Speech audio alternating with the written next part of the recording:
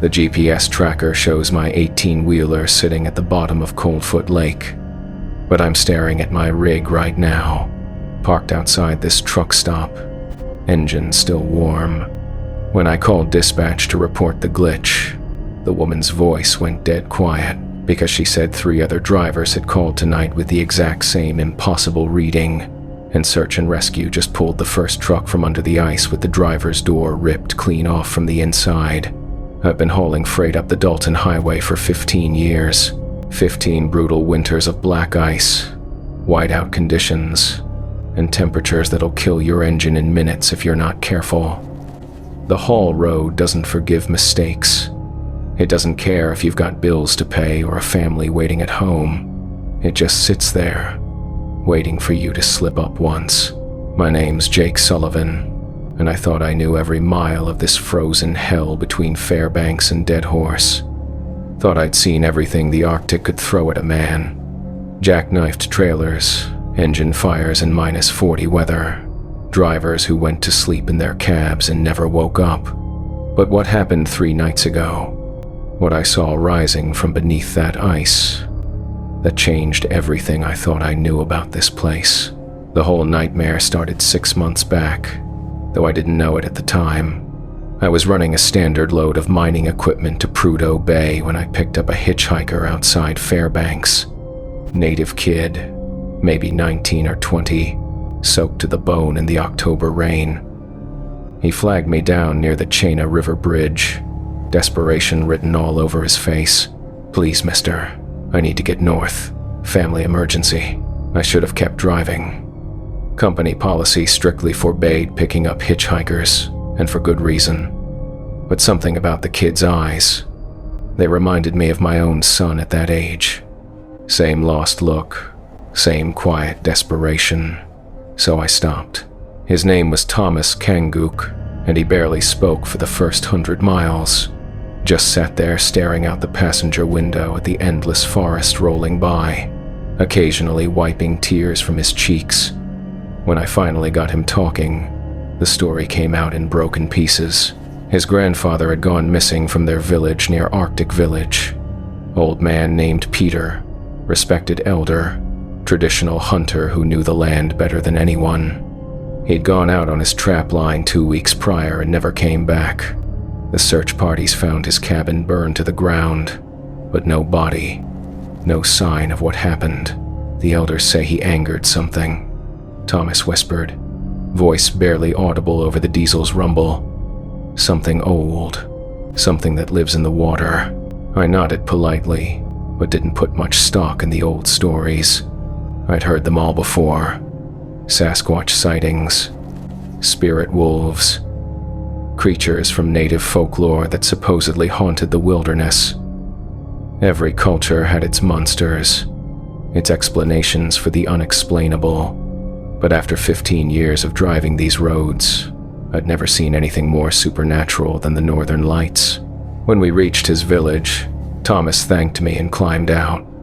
But as he grabbed his backpack from behind the seat, he turned back with an expression that still haunts me. "Be careful on the lakes, mister. Especially when the ice looks perfect. That's when they're watching." I didn't think about those words again until 3 nights ago, when they saved my life. It started with a routine run. 60,000 pounds of drilling equipment bound for the North Slope. Nothing I hadn't hauled 100 times before. The weather forecast showed clear skies. Unusual for February, but I wasn't complaining.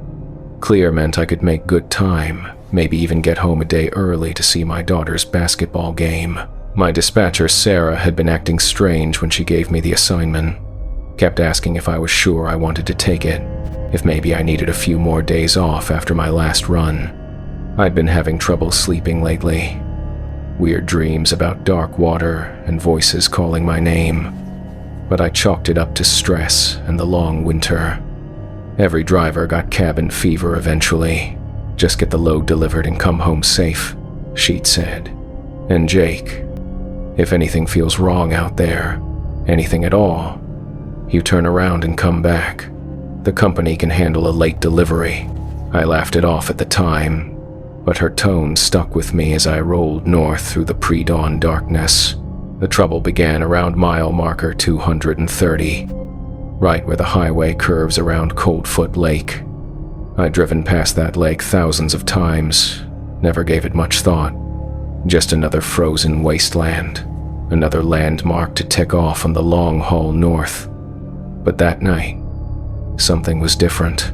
The ice looked perfect, mirror smooth, without the usual pressure ridges and wind-carved drifts that marked most frozen bodies of water. It gleamed like polished glass under the aurora dancing overhead, so flawless it seemed almost artificial. Beautiful in that deadly way Alaska specializes in, gorgeous enough to kill you if you stared too long. That's when I remembered Thomas's warning. My CB radio crackled to life as I approached the curve. Static at first, then a voice I didn't recognize. Low, distorted, like someone talking underwater. Driver of the red Peterbilt. You need to stop. I glanced in my mirrors. No red Peterbilt behind me, no other trucks visible for miles. My rig was blue and white, had been for the last 5 years. The highway stretched empty in both directions, just me in the endless darkness. I keyed the mic. This is Jake in the blue Pete. Who's calling? What's your 20? Nothing but static answered back. Then, after a long pause, that underwater voice again. You're early, Jake. We weren't expecting you until later. My blood turned cold. How did it know my name? I hadn't identified myself on the radio, hadn't given my call sign. And what did it mean by early? Early for what? I was admiring the light show overhead, trying to shake off the creepy feeling, when I saw them. Lights under the ice. Not the green and purple of the aurora reflecting off the surface. These were different. Pale blue, almost white, moving in slow circles beneath the frozen lake. At first I thought maybe it was some kind of research equipment, divers with underwater lights. But who the hell would be diving under ice in the middle of February? In water that would kill you in minutes. The logical part of my brain kept offering explanations. Bioluminescent algae, methane bubbles, some kind of geological phenomenon. But my gut knew better. Those lights were moving with purpose, with intelligence. They were searching for something. I slowed the truck. Curiosity getting the better of me despite every instinct screaming at me to keep driving. The lights grew brighter as I watched, rising toward the surface like glowing jellyfish. That's when the CB crackled again. Stop the truck, Jake. We've been waiting for you. My hands jerked the wheel involuntarily, nearly jackknifing the trailer as I looked toward the passenger seat. Empty. The CB mic hung silent on its hook, power light off, but I'd heard that voice clear as day, close enough to feel breath on my neck, close enough to smell something. Something like rotting fish and brackish water. I grabbed the mic with shaking hands. Dispatch. This is Jake Sullivan. Requesting immediate check-in. Over. The radio stayed dead. Not even static now. Just the electronic silence that meant the signal was being blocked somehow. I tried my cell phone. No bars. Up here that wasn't unusual, but combined with the dead radio, it made my skin crawl. I was completely cut off, alone on a highway that suddenly felt more like a trap. The lights under the ice were directly beside me now, maybe 50 yards from the road. They'd formed a perfect circle, pulsing in unison like a giant heartbeat. As I watched, the ice began to crack, hairline fractures spreading outward from the center of the light like a spider web. The sound carried across the still air, sharp cracks that echoed off the surrounding hills. That's when I saw the first hand, pale as the ice itself, fingers impossibly long and webbed. It pressed up against the underside of the frozen surface. The ice cracked further under the pressure, spider webbing in all directions. A second hand joined the first, then a third, then more than I could count. all pushing upward with inhuman strength. The ice began to bow upward, sheets of it grinding against each other with sounds like breaking glass. I gunned the engine, not caring about the load or the ice-slick road. The diesel roared to life, turbo whining as I shifted through the gears. In my mirrors, I watched the ice finally shatter, great chunks of it flying through the air as something massive breached the surface. I didn't get a clear look at what came out of that lake. I didn't want to.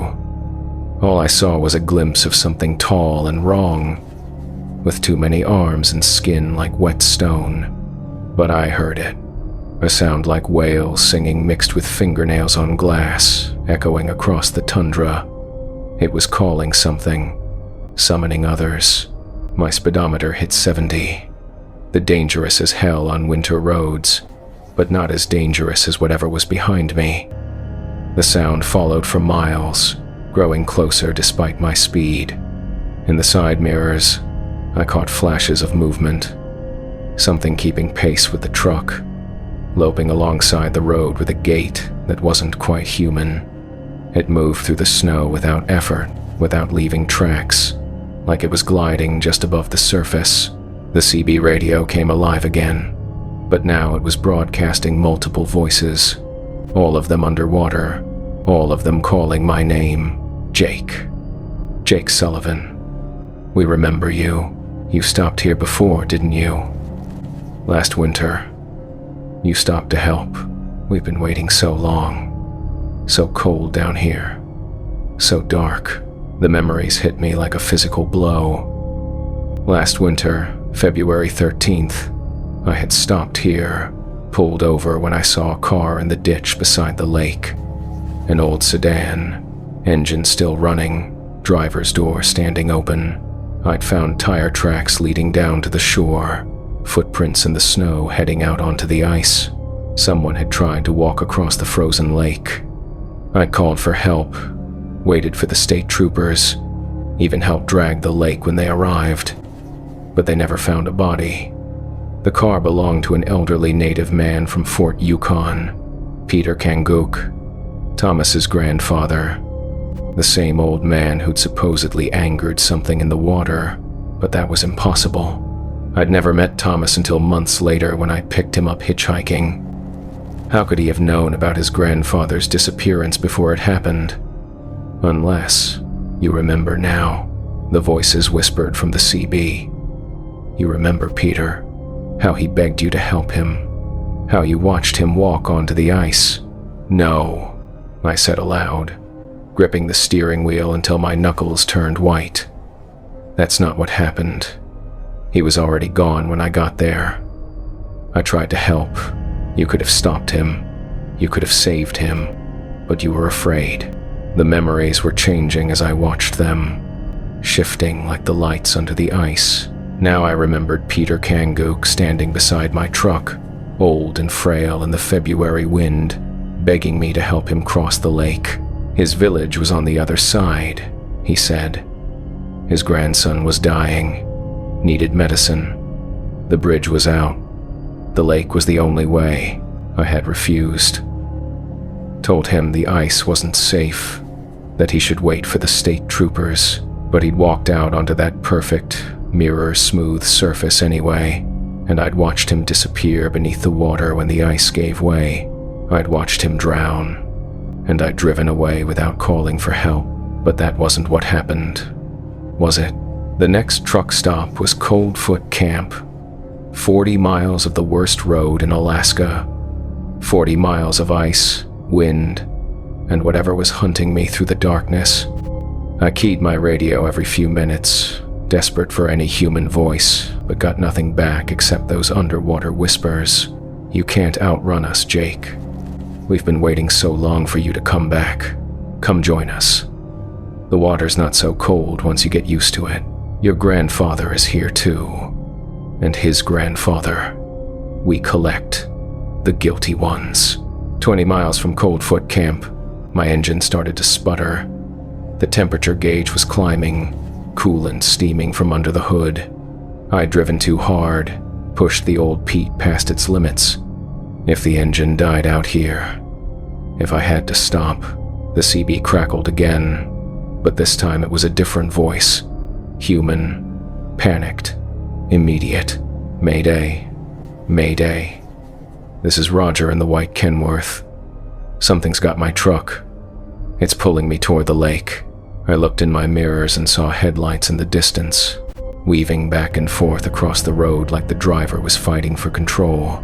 The lights suddenly veered off the highway, bouncing wildly as the truck left the pavement. They disappeared behind a ridge, then went dark. "Roger, this is Jake." "Roger, do you copy?" The radio hissed with static. Then Roger's voice came through, distant and terrified. "Jake? Jesus. Jake. Is that you? Listen to me. Don't stop at the lake. Whatever you do, don't stop at the lake. Roger. What's happening? Where are you?" "I'm underwater, Jake. I'm sitting in my cab 30 feet down, and the water's coming in through the vents. But I'm still breathing somehow, still talking on the radio. It doesn't make sense." My hands shook as I keyed the mic. "Roger, that's impossible. You're in shock. Just stay calm and look at your GPS, Jake. Look at what it says." With trembling fingers, I pulled out my phone and checked the GPS app. It showed my location as 30 feet underwater in Coldfoot Lake. The timestamp kept updating. I was apparently still sinking, deeper every minute. "That's impossible," I whispered. "I'm on the highway. I'm moving." "Are you?" Roger's voice was fading, becoming more distant. "Or are you just dreaming of moving while your truck fills with water? How long have you been driving, Jake? How many hours? Don't you need fuel?" He was right. I should have been on empty by now. Should have stopped for diesel hours ago. But my fuel gauge still read 3/4 full, same as when I'd left Fairbanks. I'd driven 400 miles on a quarter tank. Impossible, even for the most fuel-efficient rig. My engine coughed and died just as the lights of Coldfoot Camp appeared ahead. I coasted the last quarter mile on momentum alone, praying the truck would make it to the parking area. The diesel rolled to a stop between two other rigs, and I sat there shaking, key still in the ignition, afraid to shut it off completely. The other drivers were clustered around a CB radio in the camp's main building, all talking at once. When I walked in, they went quiet. Jim Hendricks, a driver I'd known for years, looked at me like he'd seen a ghost. "Jake, thank God. We thought you were." "Thought I was what?" He pointed at the radio. "Dispatch has been calling you for 2 hours. Said your GPS tracker shows you at the bottom of Coldfoot Lake." The room felt like it was spinning. Through the window, I could see my truck sitting in the parking lot, frost forming on the windshield. But according to every tracking device, every satellite, every computer system, I was still down there in the dark water. "That's impossible." "I'm standing right here. I know that," Jim said. "But Roger Thompson isn't. Search and rescue found his Kenworth under the ice an hour ago. Driver's door ripped clean off. From the inside, like something tried to claw its way out. The room went cold. I thought about Roger's panicked radio calls, his voice fading as he sank deeper. Had I really heard him? Or had it all been in my head? "There's more," Jim continued. "Mike Carson's GPS shows the same thing, and Tommy Valdez, all of them showing underwater. All of them." He didn't finish the sentence, but I knew what he meant. All of them dead. I called my dispatcher, hoping for some rational explanation. Equipment malfunction, satellite error, anything that made sense. But Sarah's voice was shaky when she answered. "Jake? Jesus, where are you calling from?" "Coldfoot Camp." "Why?" "Because your truck's beacon went dark 3 hours ago. GPS shows you underwater. We sent the dive team." My legs felt weak. I grabbed the edge of the desk to steady myself. "Sarah, I'm fine. I'm standing in the camp office right now. There's some kind of glitch in the system. Long pause. Jake, the dive team found your truck. They found your jacket floating in the cab, but no body. I looked down at myself, confused. I was wearing my jacket, the same heavy Carhartt I'd had on all day, but it felt different somehow. Lighter, like it wasn't quite real.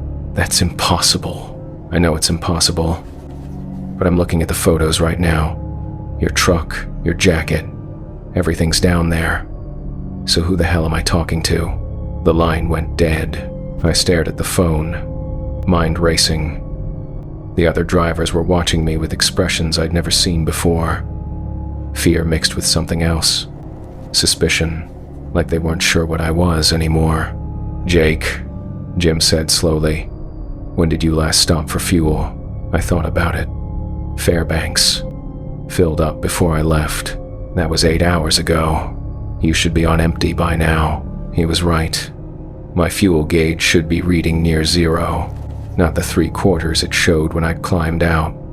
I'd driven 400 miles on a quarter tank of diesel.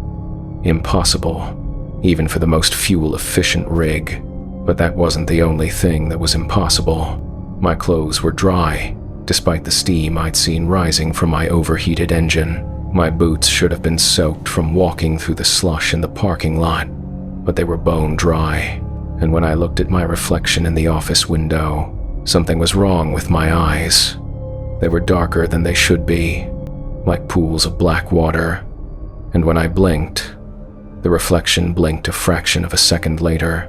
The CB radio squawked, and every driver in the room froze. This is Jake Sullivan. Can anyone hear me?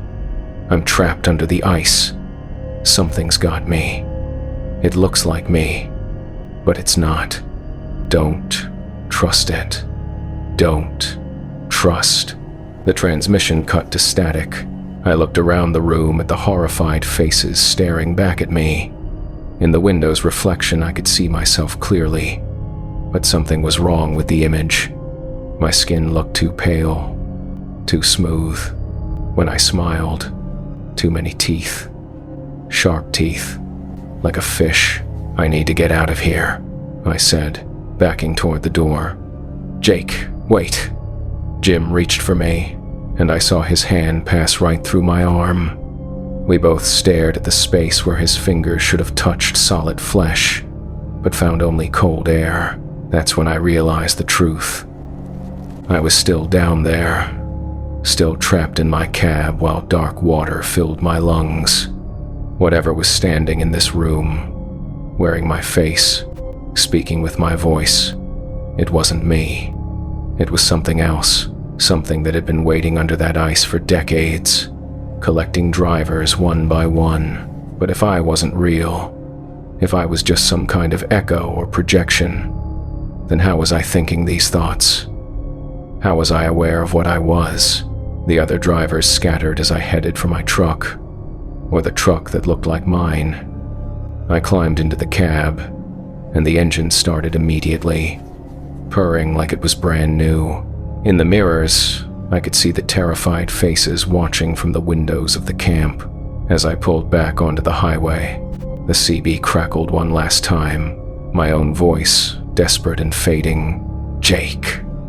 Jake, please. It's wearing my face. Don't let it get to Fairbanks. Don't let it get to Jenny. Jenny. My daughter. The thing knew about my daughter. I floored the accelerator, racing south toward Fairbanks. But I wasn't trying to get home. I was trying to get as far away as possible, because whatever I was now, whatever had replaced me in that frozen lake, I couldn't let it near my family. The speedometer climbed past 80, past 90. The truck should have been shaking apart on the icy road, but it held steady as a rock.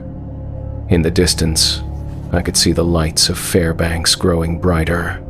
My home, my life, everything I was about to lose.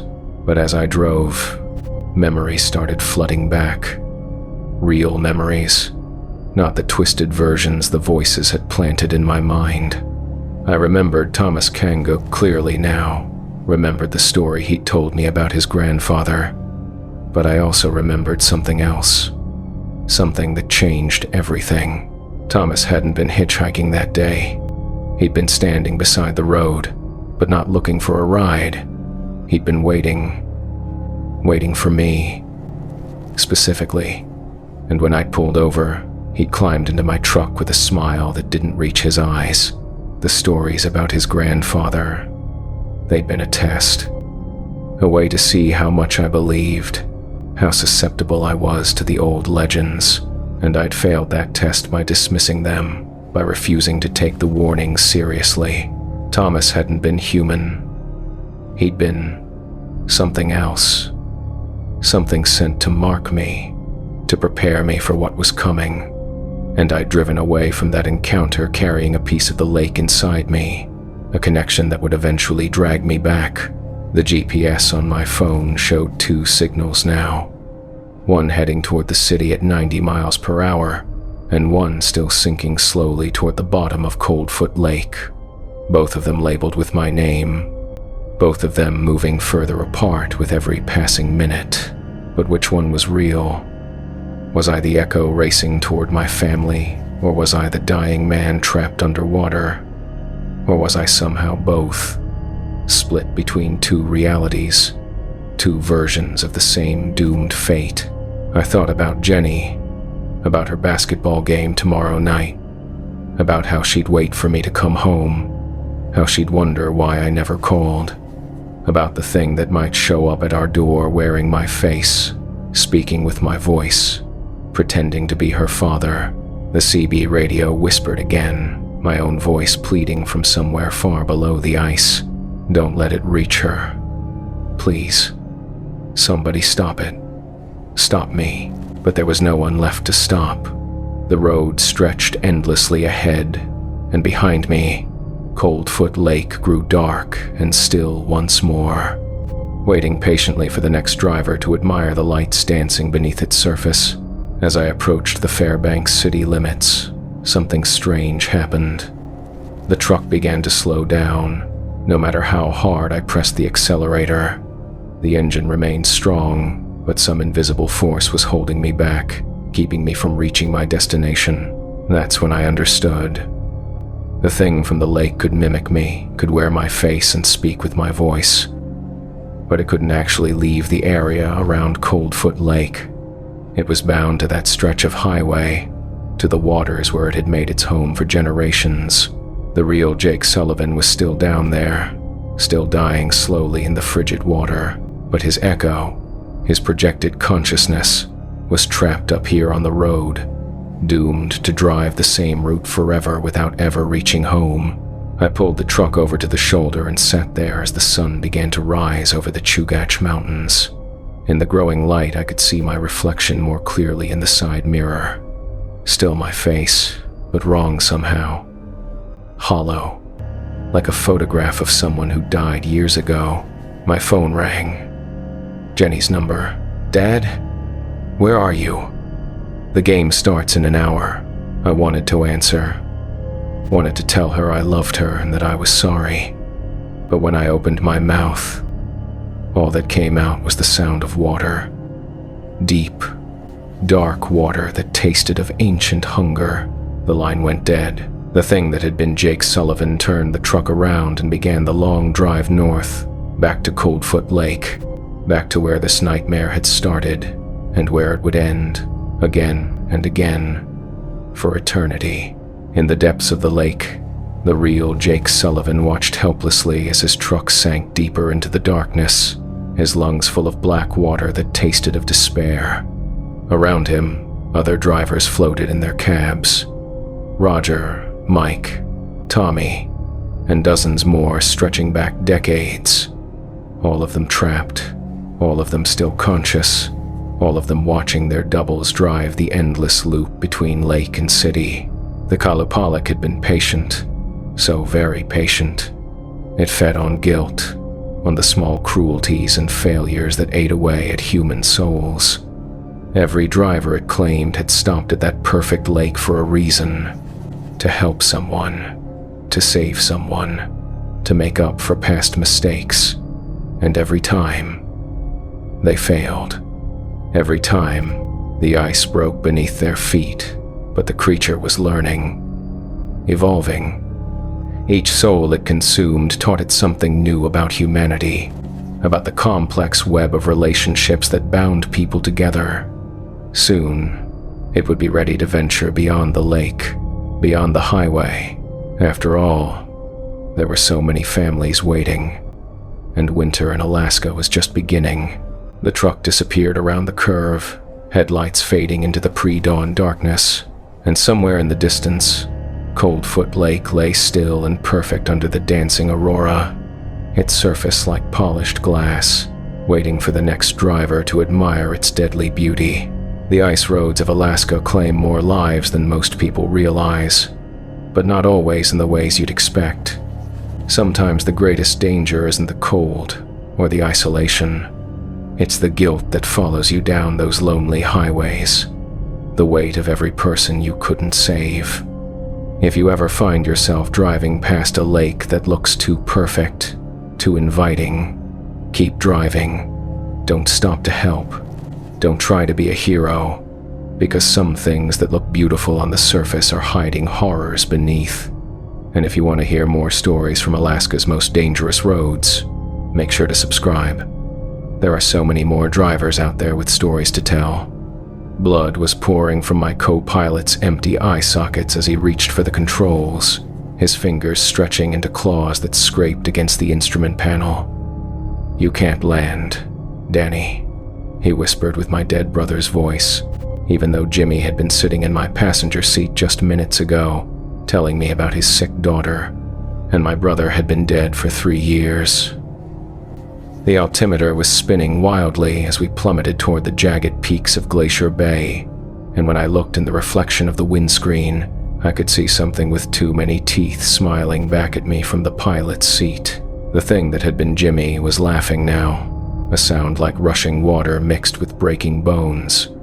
Its face was melting, features sliding like warm wax, revealing glimpses of something underneath that hurt to look at.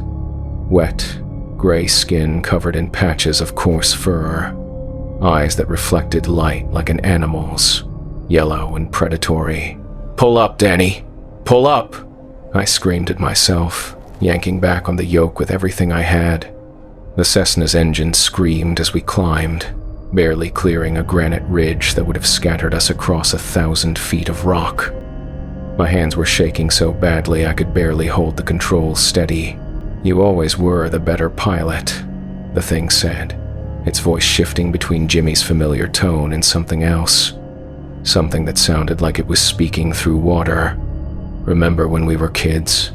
You flew that model airplane right into Mrs. Henderson's window." That memory was real. Jimmy and I had been 8 and 10, building model planes in our garage in Anchorage, but Jimmy had never mentioned Mrs. Henderson to anyone, because Jimmy had made me promise never to tell. It was our secret, our shared guilt over breaking that old woman's front window. How could this thing know? I banked hard to the left, trying to line up with the landing strip at Gustavus. My radio crackled with static. No response from the tower. No other aircraft checking in. Just me and this nightmare trapped together at 8,000 feet above the most unforgiving wilderness in Alaska. "You killed me, you know," the thing continued, its face now cycling through different appearances every few seconds. Jimmy's face, then my father's, then my ex-wife Carol, then something else entirely. Something with skin like a seal and teeth like broken glass. That night on the Kenai River. You could have saved me. My stomach lurched. And not from the turbulence. The night Jimmy died. I'd been there. We'd been fishing for salmon in late September, just the two brothers trying to reconnect after years of barely speaking. The water was high from recent rains, moving fast and dark between the banks. Jimmy had slipped on the rocks, fell into the current fully clothed. his waders filled with water immediately, dragging him down. I'd reached for him, had him by the hand for maybe 3 seconds, but the current was too strong. My grip wasn't good enough. I'd watched my brother disappear beneath the black water, and I'd never forgiven myself. I tried to save you, I whispered, fighting to keep my voice steady. I tried everything. Did you? The thing's voice was getting deeper, more distorted. Or did you let go because you were afraid? Afraid you'd get pulled in too? The accusation hit like a physical blow because part of me, a small, dark part I'd never admitted to anyone, wondered if it was true, if I'd let go too quickly, if I'd chosen my own safety over my brother's life. That's not what happened, I said, but my voice cracked. Look at me, Danny. Really look. I turned toward the passenger seat, and my blood turned to ice. The thing wasn't wearing Jimmy's face anymore. It was wearing mine, my exact face, but wrong somehow. Too pale, too wet, with water streaming from its nose and mouth, like a drowned version of myself. This is what you'll look like when they pull you from the wreckage, it said with my own voice. When they find your plane scattered across icy strait, they'll say it was pilot error. Say Danny Chen couldn't handle the weather conditions. The name hit me like a slap. Chen. That was my mother's maiden name. The name I'd used before my parents divorced. A name I'd buried so deep that even my closest friends didn't know it. How could this thing? What are you? I demanded, fighting to keep the Cessna level as we approached the coastline. I'm you, Danny. All your fears, all your guilt, all the people you failed to save. I'm every nightmare you've ever had about that night on the river. Its face was shifting again, morphing into something that wasn't quite human. And I'm hungry, so very hungry. That's when I realized this wasn't just some hallucination brought on by stress or altitude sickness. This thing, whatever it was, had been planning this. The passenger I'd picked up, Jimmy Morrison, had seemed normal enough when he'd flagged me down at the remote airstrip near Yakutat. Middle-aged guy in hiking gear, said he needed a ride to Juneau for a family emergency. His daughter was in the hospital, needed surgery. I'd felt sorry for him, waived my usual cash up front policy, let him pay with a credit card when we landed. Standard Good Samaritan stuff that bush pilots did all the time in Alaska. Help your neighbors, because someday you might need help too. But now I was wondering if Jimmy Morrison had ever existed at all. The credit card won't work, the thing said, reading my thoughts. Because there is no Jimmy Morrison. There never was. Just like there's no Danny Chen anymore. Just this hollow shell flying a plane he can't land. I checked my instruments, trying to focus on something real, something concrete. Altitude steady at 6,000 feet. Airspeed holding at 120 knots. Fuel showing 3/4 full, which was impossible. I'd been flying for over 2 hours and should be running low. Time doesn't work the same way up here, the thing explained. We could fly for days, for years, just you and me, and all your beautiful guilt. Wouldn't that be nice? I reached for my radio, desperate to make contact with someone. Anyone. Gustavus Tower. This is Cessna 974 Alpha Charlie. Requesting immediate landing clearance for emergency approach. Static answered me. Then, impossibly, my own voice came through the speaker. Gustavus Tower, this is Cessna 974 Alpha Charlie. I'm alone up here. No passengers. Everything's fine. I stared at the radio in horror. That was my voice, but I hadn't transmitted anything, and more importantly, it was reporting no passengers when I clearly had something sitting right next to me. Your radio's been broadcasting that message for the last hour, the thing said casually. As far as anyone on the ground knows, you've been flying solo this whole time. No passenger manifest, no Jimmy Morrison, no evidence that anyone else was ever on this plane. The realization hit me like ice water. If I didn't make it back, if this plane went down, there would be no investigation into a missing passenger, no search for Jimmy Morrison's family, just another solo pilot who couldn't handle Alaska's unforgiving skies. Clever, isn't it? The thing continued, its face now a shifting kaleidoscope of everyone I'd ever lost. My brother, my father who died of a heart attack 2 years ago, even my old dog Rex from when I was a kid. We've been watching you for so long, Danny, waiting for the right moment. You pilots are all the same, carrying so much guilt, so much responsibility for every life you couldn't save. I thought about all the search and rescue missions I'd flown over the years, the hikers I'd found too late, the hunters who'd disappeared in winter storms, the fishermen who'd gone overboard in the Bering Sea. Each failure had carved away a little more of my soul. Each empty body bag had added another layer of guilt. That's what we feed on, the thing said, responding to my thoughts again. Guilt, regret, the terrible weight of being human. And you're absolutely delicious.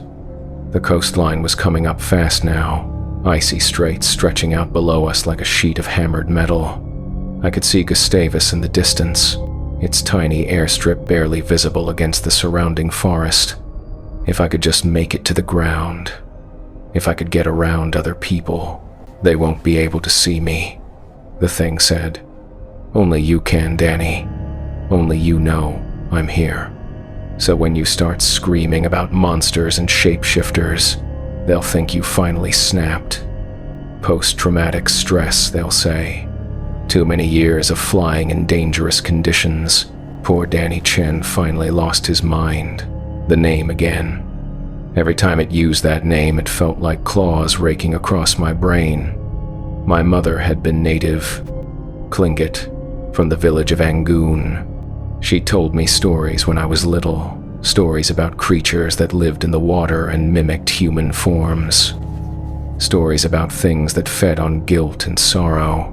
Kushtaka, she'd called them. Otter spirits that could take any shape, lure people to their deaths. Your mother was a wise woman, the thing said, its voice now carrying a faint accent I recognized.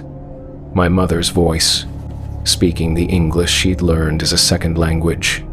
She tried to warn you about us, but you stopped believing in the old stories, didn't you? Thought you were too modern, too educated for such foolishness. The memory was sharp and painful.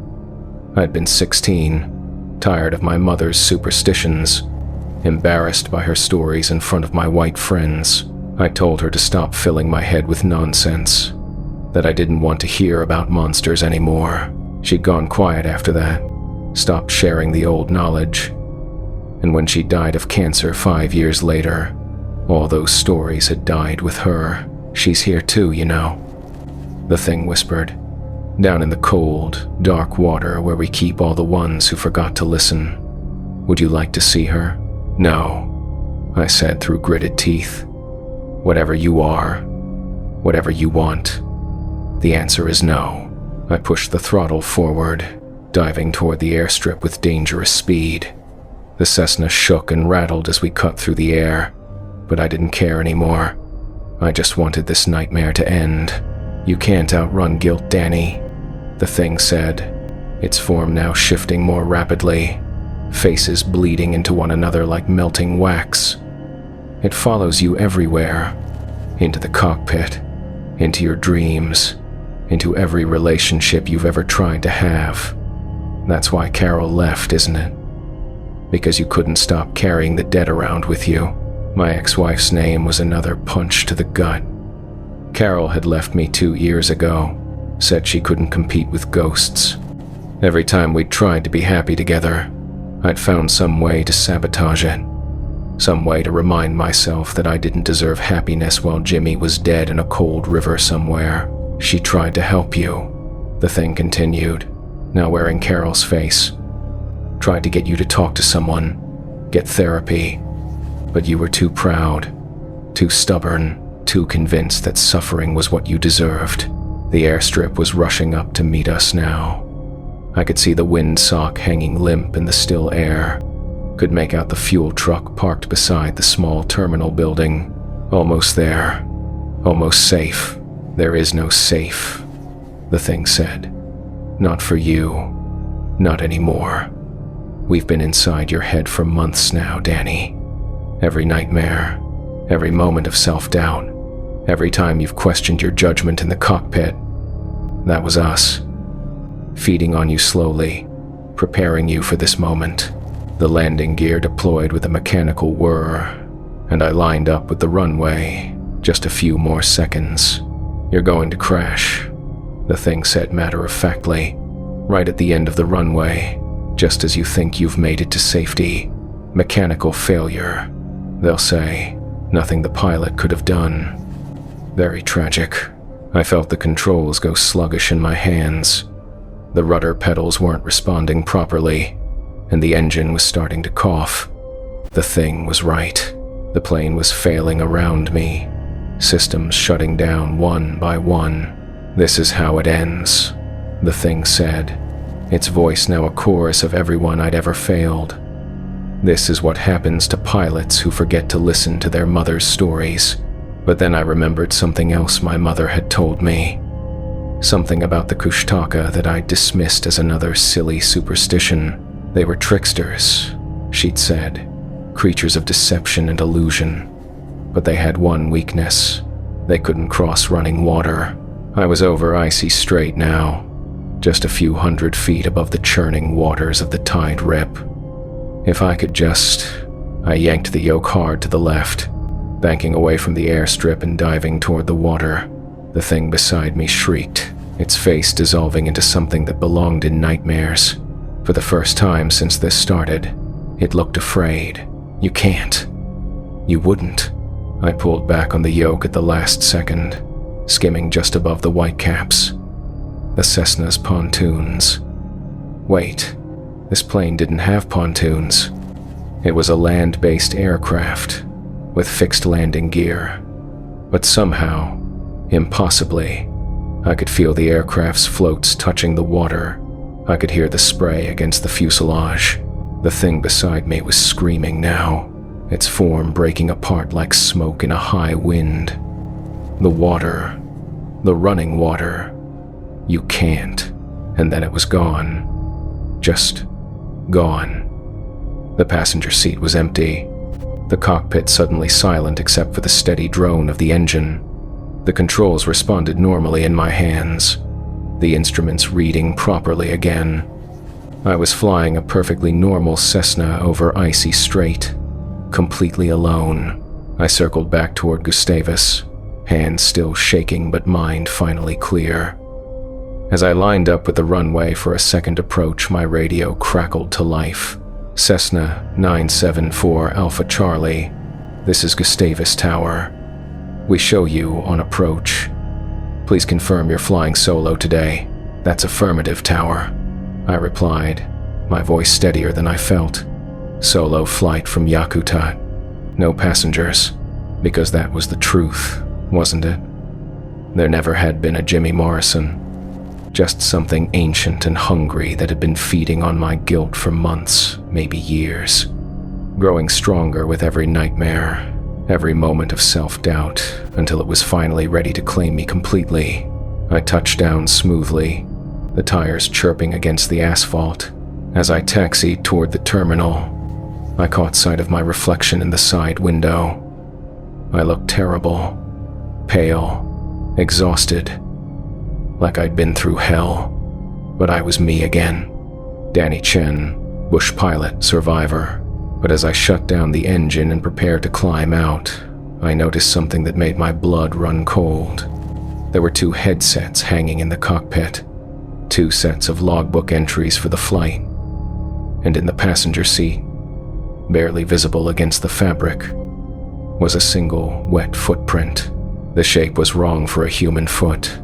Too long, too narrow, with what looked like webbed toes. A Kushtaka's foot. I sat there in the silence of the cockpit, understanding finally dawning. The running water hadn't banished the creature. It had revealed the truth. I was the passenger. I had been all along. The real Danny Chen had died months ago, probably in some forgotten accident that never made the news. What was flying his plane, living his life, carrying his memories, was something else. Something that fed on guilt and regret, that had taken his form so perfectly even it had forgotten what it truly was. The realization should have been terrifying, but instead I felt peaceful. For the first time in years, the guilt was gone. The weight of Jimmy's death, of my failed marriage, of every life I couldn't save. All of it had lifted away like morning fog, because I wasn't Danny Chen anymore. I was something else, something that had been pretending so convincingly that I'd fooled even myself. And now that I knew the truth, I climbed out of the cockpit and walked toward the terminal, leaving wet footprints on the hot tarmac. Behind me, the Cessna sat empty and silent, its passenger seat dry. An hour later, a man who looked exactly like Danny Chen would climb back into that plane and fly to another remote airstrip, where another guilt-ridden soul would flag him down for a ride. The cycle would continue, as it had for generations, as it would for generations to come. After all, Alaska was full of people carrying guilt and regret, and we Kushtaka were always hungry. But late at night, when the aurora danced across the sky and the water sang its ancient songs, I sometimes wondered about the real Danny Chen.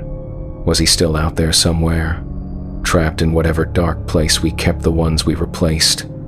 Was he trying to find his way home? I hoped not. I hoped he'd found peace in whatever realm beyond this one existed for human souls, because carrying the burden of being him was weight enough for any creature, supernatural or otherwise.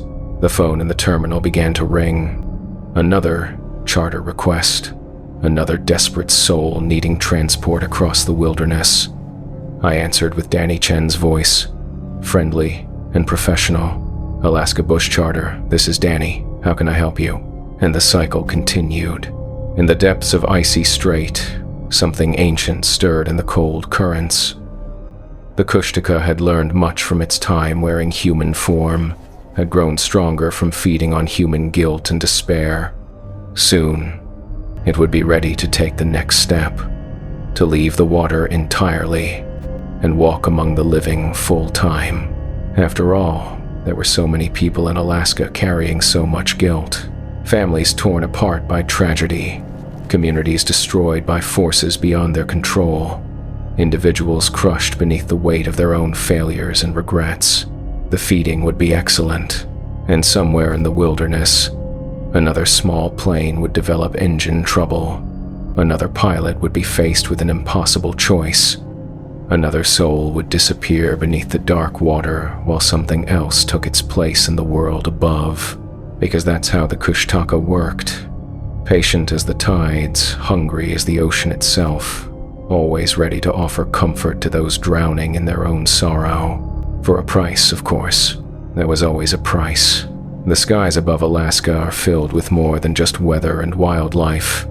They're home to things that have been hunting here longer than humans have existed.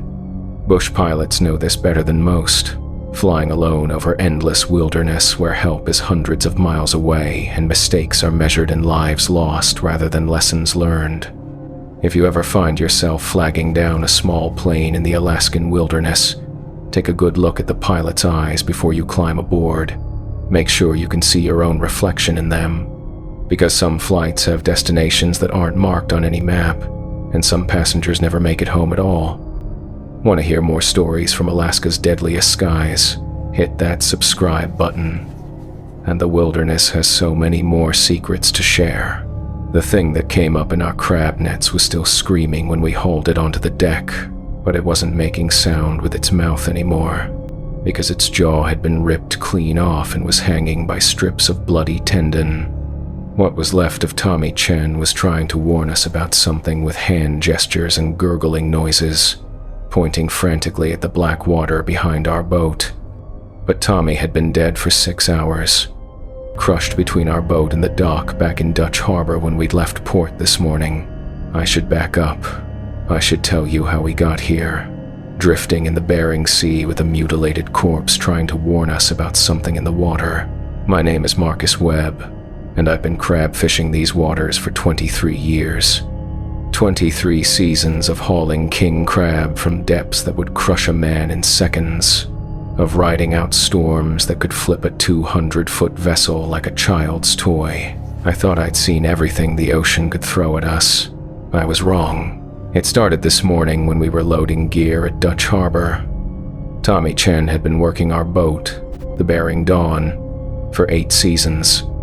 Good man, reliable, never complained about the brutal hours or the bone-crushing work. He had a wife and 2 kids back in Seattle, sent most of his pay home to them every season. We were securing the last of the crab pots when the accident happened. A hydraulic line burst just as Tommy was walking between the boat and the dock.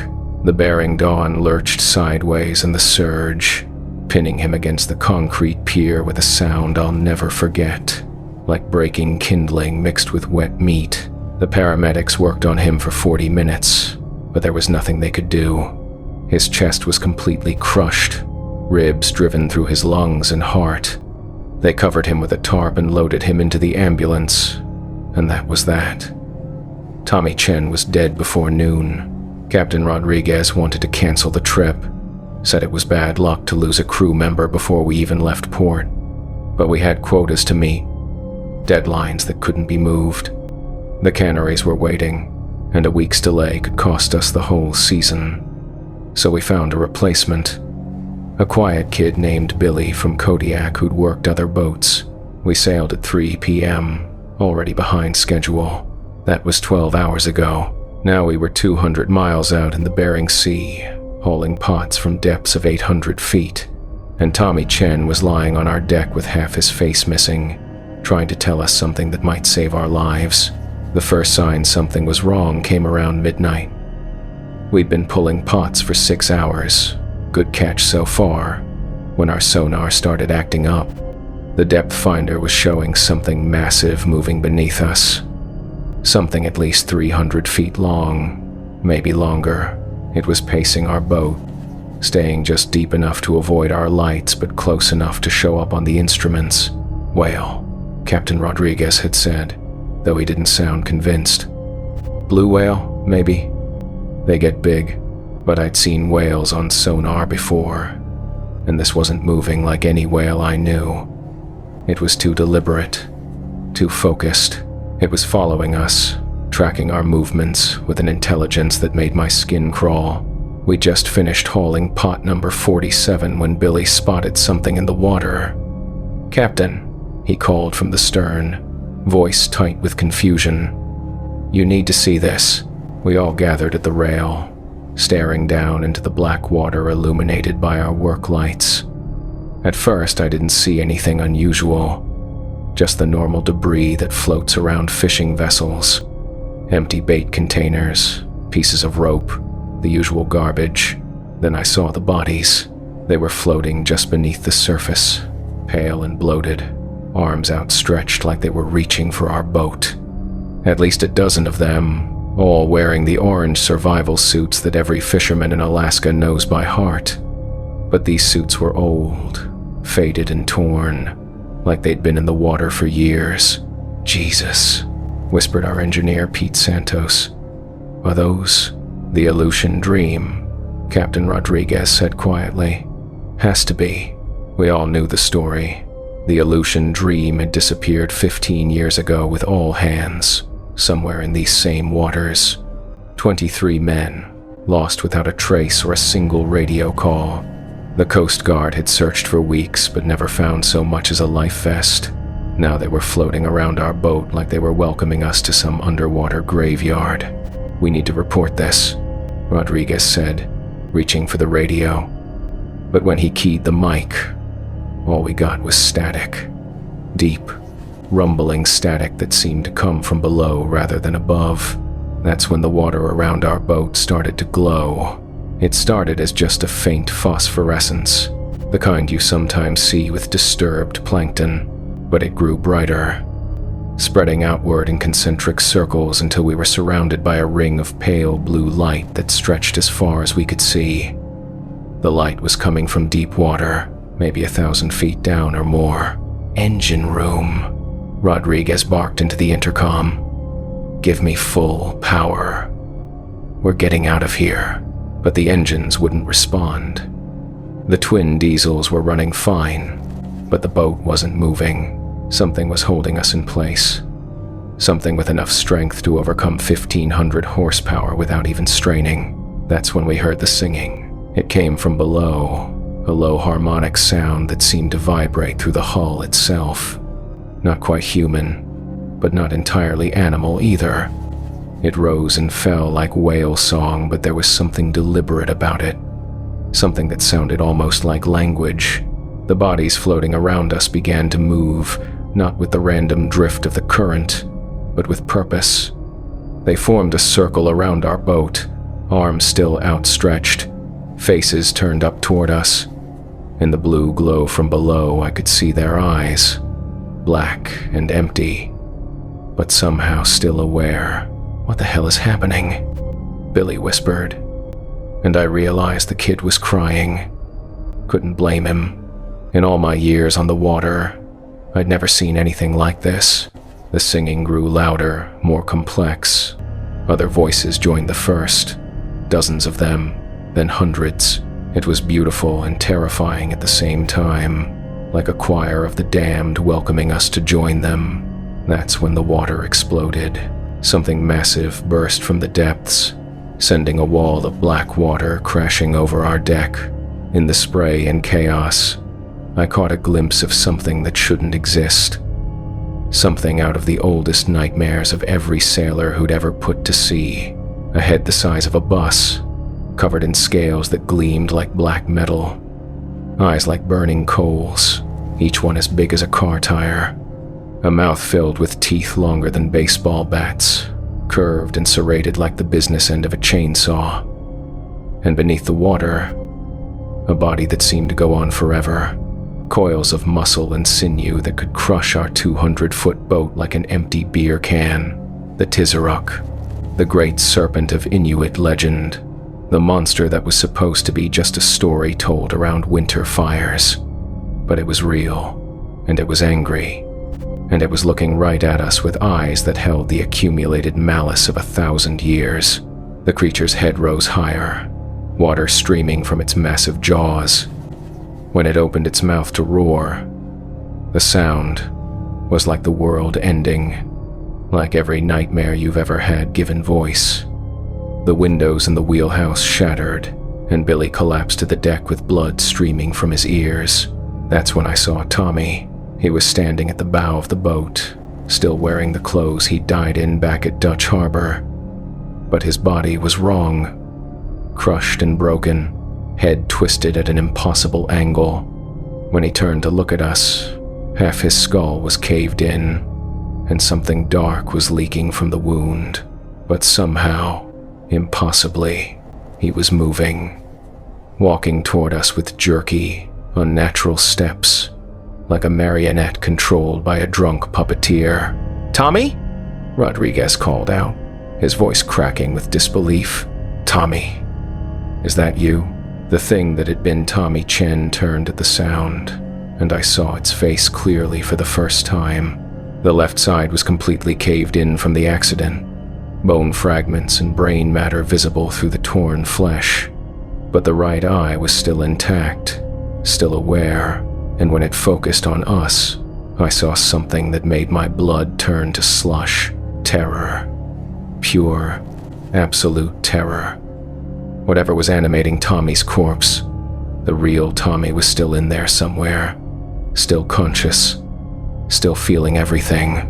The serpent's roar echoed across the water again, and Tommy, or what was left of him, began to move more urgently. He pointed at the creature, then at us, then at the water. His mouth opened and closed, but no sound came out except wet, gurgling noises. "He's trying to warn us," Pete said, his face white with shock. "He's trying to tell us something." The creature submerged again, disappearing beneath the glowing water with barely a ripple. But the bodies floating around us, the crew of the Aleutian Dream, they were moving closer now, climbing onto our hull with movements that were too coordinated, too purposeful for corpses. The crab pots, Tommy managed to gasp, blood frothing from his ruined mouth. In the pots, I looked toward our most recent haul, the crab pots we'd just pulled from 800 feet of water. They were still sitting on deck, waiting to be sorted and processed, but now I could see something moving inside them. Something that wasn't king crab. I walked over to the nearest pot, every instinct screaming at me to stay away. Inside, mixed in with the usual catch, were pieces of something else. Fragments of bone, strips of flesh, personal items that looked like they'd been underwater for years. A wedding ring, a waterlogged wallet, a child's toy boat, the kind a fisherman might carry for good luck. "They're in the pots," I whispered, understanding finally dawning. "The crew of the Aleutian Dream. The pieces of them are in our catch. The serpent was feeding them to us, using our own gear to bring the dead back to the surface. But why? What did it want?" Tommy tried to speak again, pointing frantically at the radio. With shaking hands, I turned up the volume, and through the static, I heard voices, dozens of them, all speaking at once, overlapping and interfering with each other. "Day 1.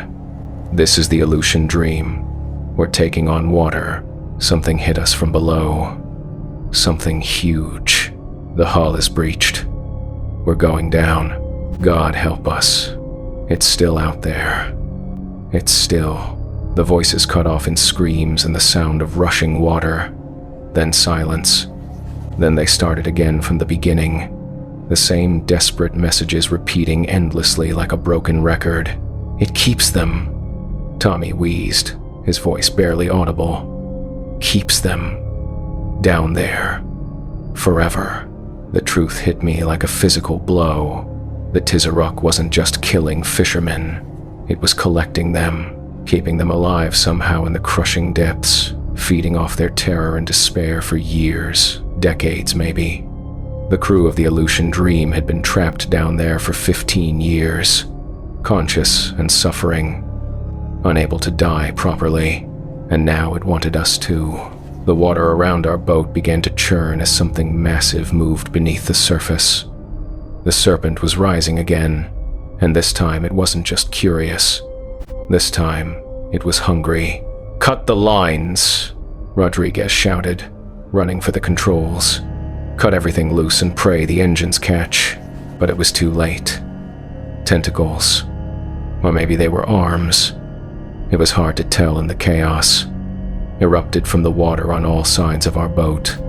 Each one was as thick as a telephone pole and covered in suckers lined with razor-sharp teeth.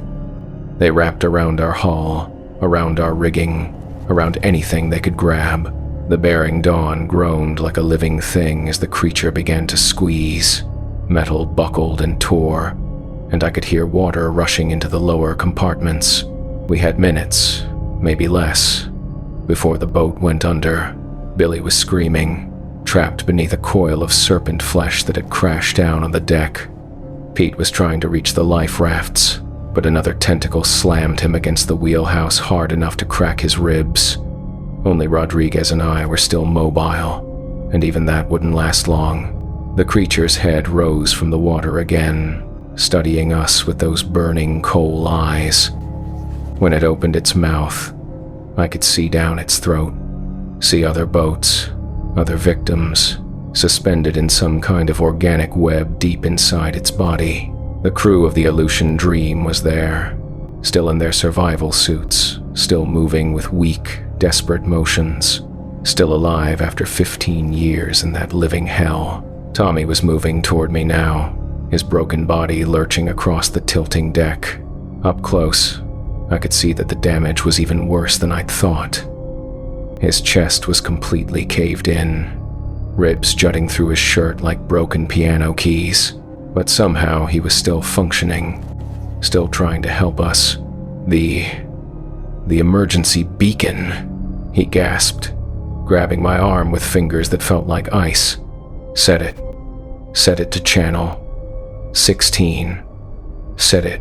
I fumbled for the emergency radio beacon, my hands shaking so badly I could barely work the controls. Channel 16 was the international distress frequency, monitored by every boat and Coast Guard station in Alaska.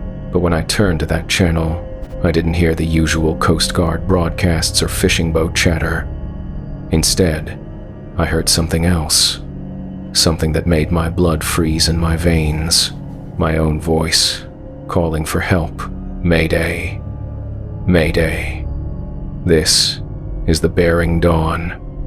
We're under attack by something. Something impossible, but I wasn't transmitting. The radio was set to receive, not broadcast.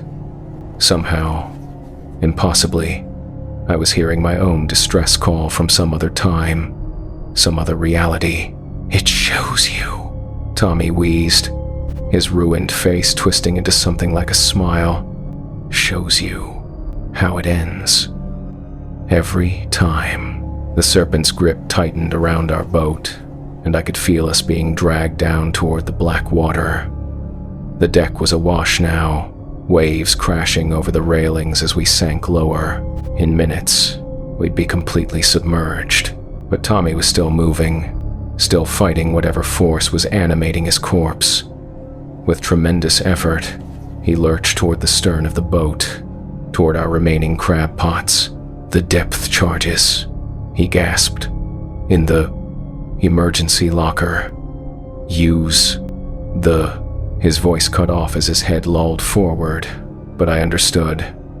Every fishing boat carried emergency depth charges, military surplus ordnance used to discourage foreign vessels from getting too close to our fishing grounds. They were illegal as hell, but everybody carried them anyway. I fought my way across the tilting deck to the emergency locker, water swirling around my ankles. Inside, along with the flares and first aid supplies, were 6 small cylindrical devices that looked like oversized hand grenades. Depth charges, each one powerful enough to kill anything within a 100-foot radius. The serpent's head was directly above us now, jaws opening wide enough to swallow our entire boat. Inside that cavernous mouth, I could see the trapped victims more clearly.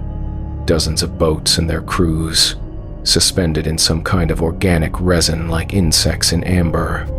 All of them still moving, still aware, still suffering. With trembling hands, I armed all 6 depth charges and threw them as far as I could into the creature's mouth. Then I grabbed onto the nearest solid object and held on tight. The explosion was like the birth of a new sun. Light and heat and pressure that seemed to come from everywhere at once. The serpent's roar became a scream of agony that shattered every piece of glass on our boat and probably every other vessel within 50 miles. The tentacles released us, thrashing wildly as the creature dove for the safety of the deep water. But it was too late. The depth charges were already inside its body, already doing their work. The water around us turned red. Not the bright red of fresh blood, but a deeper, older color, like rust, or like the last light of sunset. The serpent's death throes created waves that tossed our sinking boat around like a cork, but gradually the motion subsided. In the sudden silence, I could hear our engines running again.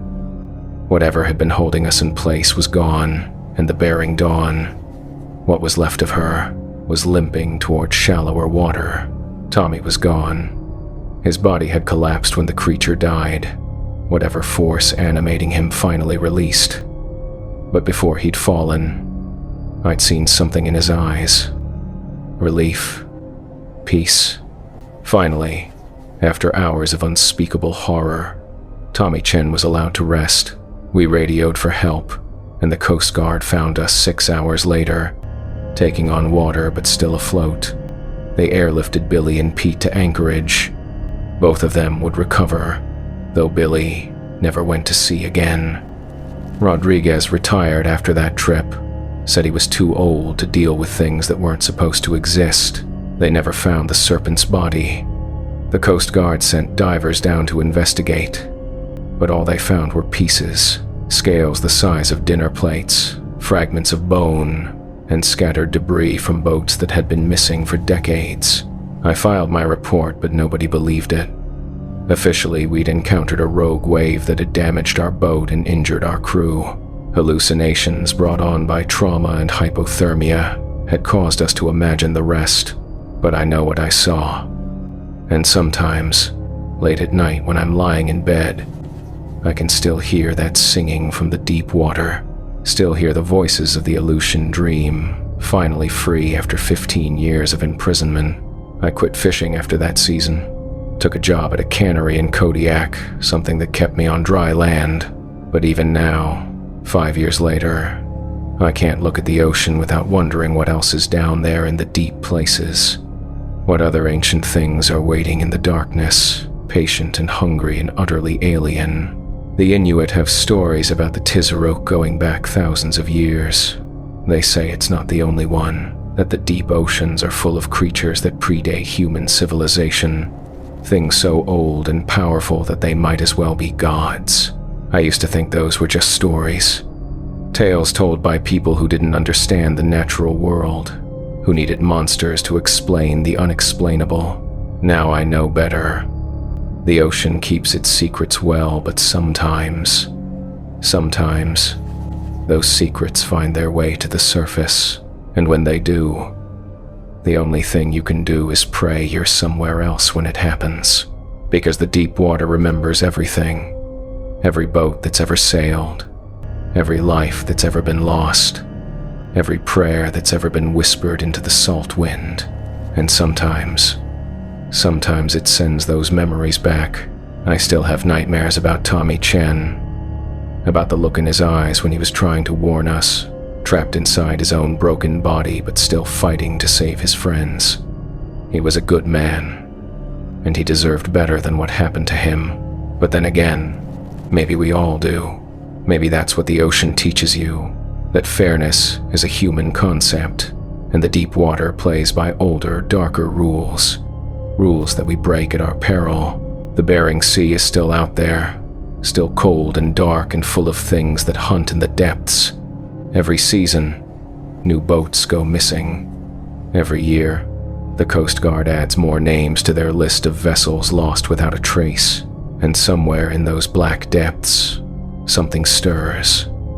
Something old and patient and eternally hungry. The Tizheruk may be dead, but it wasn't the last of its kind. It wasn't even the worst. The Bering Sea has claimed more lives than any other body of water in North America, but the official reports never tell the whole story. Fishermen know better than to speak openly about the things they've seen in the deep water, the lights that move with purpose beneath the waves, the songs that carry on the wind during the darkest hours of the night. If you've ever wondered why so many boats disappear without sending distress calls, why experienced captains sometimes turn their vessels around and head for port without explanation, now you know. The ocean keeps its secrets, but sometimes those secrets have teeth.